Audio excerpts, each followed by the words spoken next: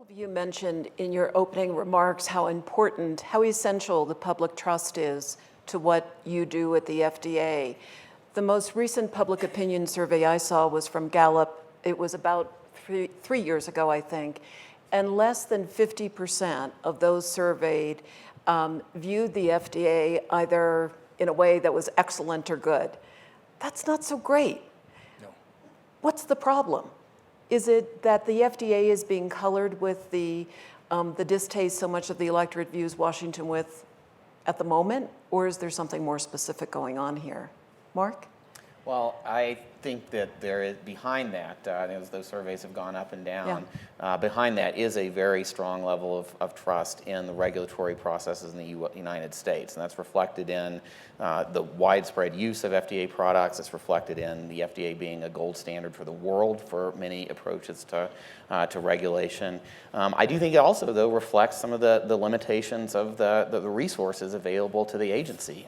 There are lots of things that you could beat up the agency about where there's a regulatory requirement that because of limited resources or other reasons, the FDA can't do a perfect job of enforcing. And one of the important things about these next steps forward for the agency that we've been discussing is to help FDA get more firmly established as the continuing that level of trust that's been so important in its history.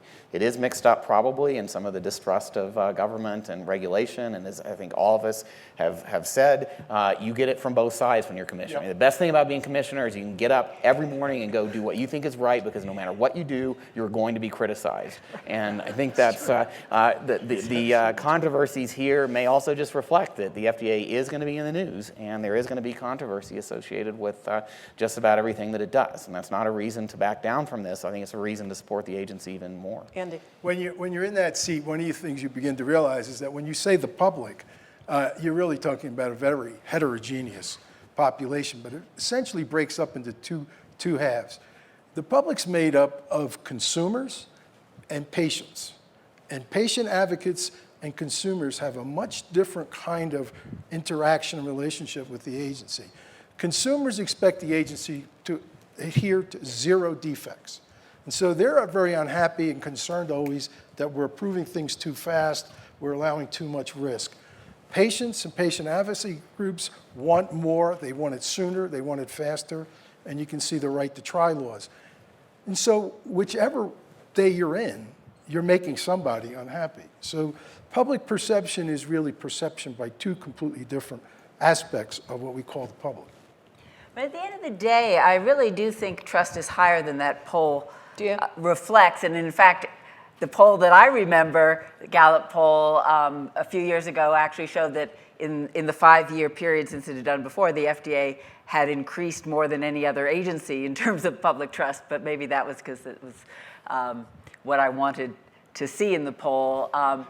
But when I have gone around and listened to various stakeholder groups, they have lots of complaints, and nobody hesitates to tell you the complaints. But at the end of the day, even when I went to talk to some newly elected members of the Tea Party that I expected to be very anti-FDA, anti-government, anti-regulation, I would get the comment that, we wish you were more efficient, we wish you were smaller, but I have thyroid disease, and if those drugs don't work, I can't work. So I understand what you do. But we have to every day recommit ourselves to earning that trust. And that comes back to sort of the core message, I think, which is that FDA is a very unique agency. We're a science-based, data-driven regulatory agency with a public health mission.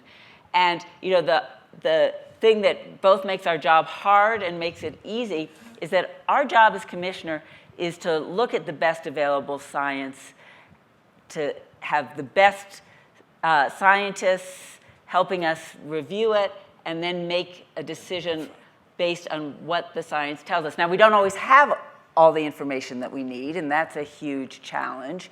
And we always wish that we knew more.